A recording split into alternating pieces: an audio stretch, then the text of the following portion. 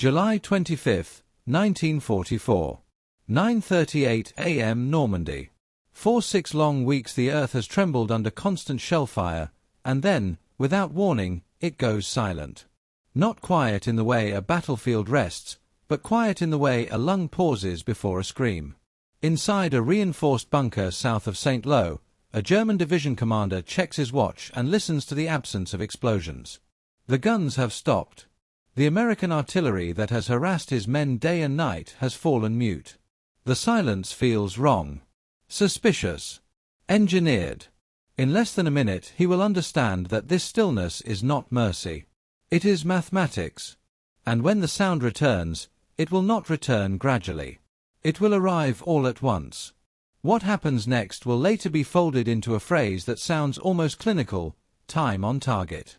But on that morning it is not a concept. It is the sky collapsing in perfect synchronization. Hundreds of shells, fired from batteries scattered miles apart, land in the same second. There is no warning round, no ranging shot, no escalating drumbeat. The first explosion is every explosion. The men who have survived years of war, Poland, France, Russia, are caught standing, talking, adjusting helmets, lighting cigarettes. In the span of a heartbeat, the landscape becomes unrecognizable. Trenches implode. Vehicles flip and burn. Trees snap like matchsticks. The ground liquefies into a churning sea of dirt and steel. Veterans who endured Stalingrad stare into something they have never experienced before: annihilation delivered by a clock. To understand why that minute matters, we have to step back from the smoke and examine the illusion that blinded one of the most professional armies in the world. In 1944, the German army still carried the aura of invincibility. It had pioneered blitzkrieg, crushed France in 6 weeks, driven deep into the Soviet Union. Its officer corps prized discipline, initiative, and tactical brilliance. Its artillery doctrine emphasized concentration of fire at decisive points, tightly controlled by forward observers. It was efficient, lethal, and battle-tested. And that was precisely the problem. When you dominate early, you assume you understand the game. When your doctrine works, you refine it instead of reinventing it. The German system was superb, but it was built around men and mastery. The American system would be built around networks and numbers. Early encounters reinforced German confidence. In North Africa, at Kasserine Pass, American forces faltered. Artillery coordination broke down. Communications were patchy. German officers concluded that their opponents were inexperienced and technically clumsy. They saw the equipment but underestimated the culture behind it. Because while Germany celebrated tactical success, the United States began conducting a quiet revolution in how it thought about artillery. Not as separate batteries responding to isolated calls, but as components of a single, integrated organism.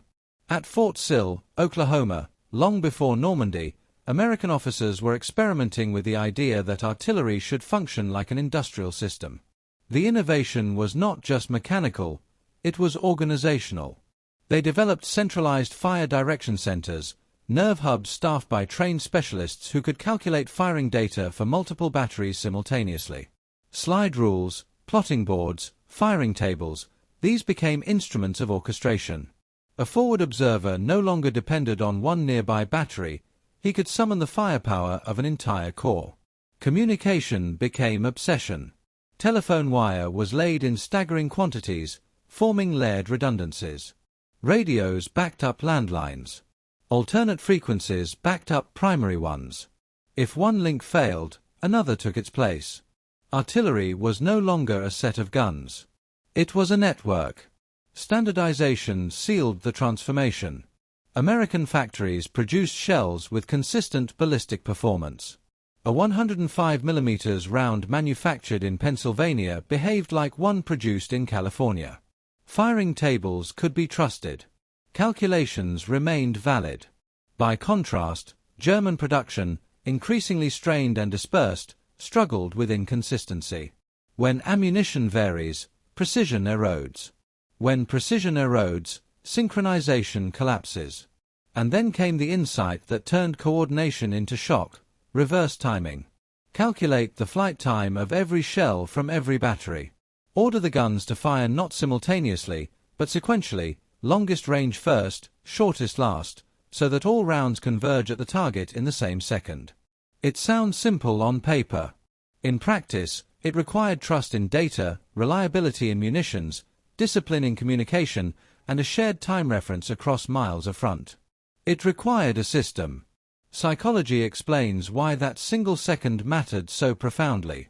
Soldiers under conventional bombardment adapt quickly. The first shell detonates, instinct drives men to the ground.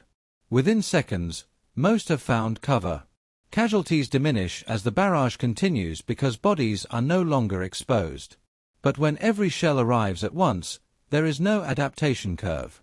No first warning. No chance to dive. The majority are still upright at the moment of impact. All potential casualties occur instantly. Operation Cobra, launched in late July 1944, concentrated American firepower on a scale previously unseen in Western Europe. Heavy bombers saturated German positions, and then the artillery followed. The targeted zone became a geometry problem solved with explosives. The ground churned into overlapping craters. Communications disintegrated. Command posts vanished. Units ceased to function not gradually but abruptly. Survivors described the terrain as lunar, a place stripped of structure and orientation. Entire formations were rendered combat ineffective within hours. Yet the technique did not remain confined to the offensive. When German forces attempted counterattacks near Mortain in August, American observers positioned on high ground watched armored columns move along predictable roads. Radios crackled. Coordinates were transmitted. Within minutes, synchronized missions smashed assembly areas and choke points. The attackers were brave, determined, and tactically experienced. But courage cannot outrun shells that land in unison. The closing of the Falaise Pocket later that month demonstrated the cumulative power of the system. Retreating units funneled through narrow corridors under relentless observation. Repeated, coordinated strikes turned roads into graveyards of wrecked vehicles and shattered equipment. Traffic jams compounded vulnerability. Each salvo compounded paralysis. Artillery became not just a weapon but an instrument of containment, shaping the battlefield by denying movement. By winter, during the Ardennes offensive, the Americans added another layer, the proximity fuse. Instead of detonating on impact, shells burst above ground at optimal height, scattering fragments downward in lethal patterns. When synchronized missions incorporated airburst rounds, foxholes offered diminished protection. The vertical dimension of the battlefield became hostile.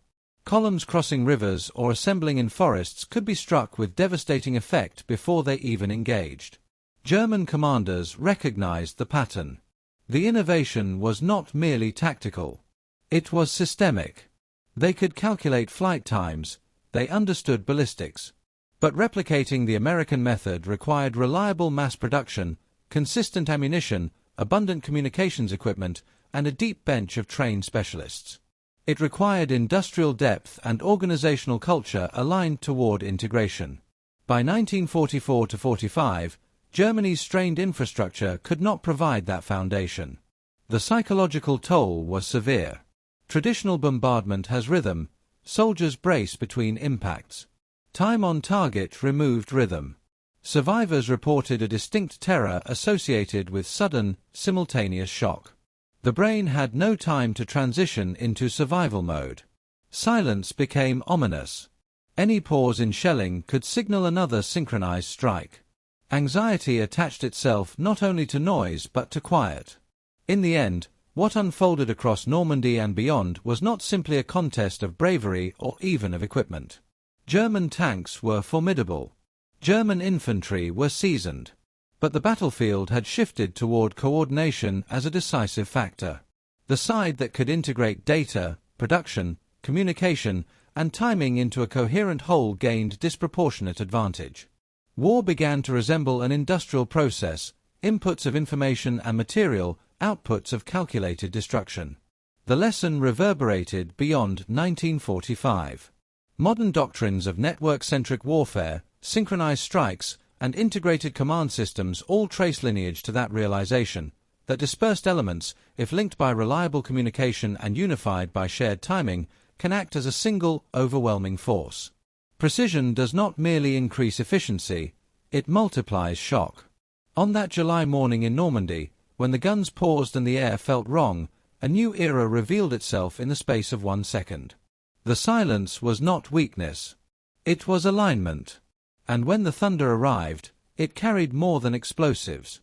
It carried the proof that in the age of systems, organization can eclipse tradition, coordination can eclipse individual valor, and time, measured, calculated, synchronized, can become the most decisive weapon of all.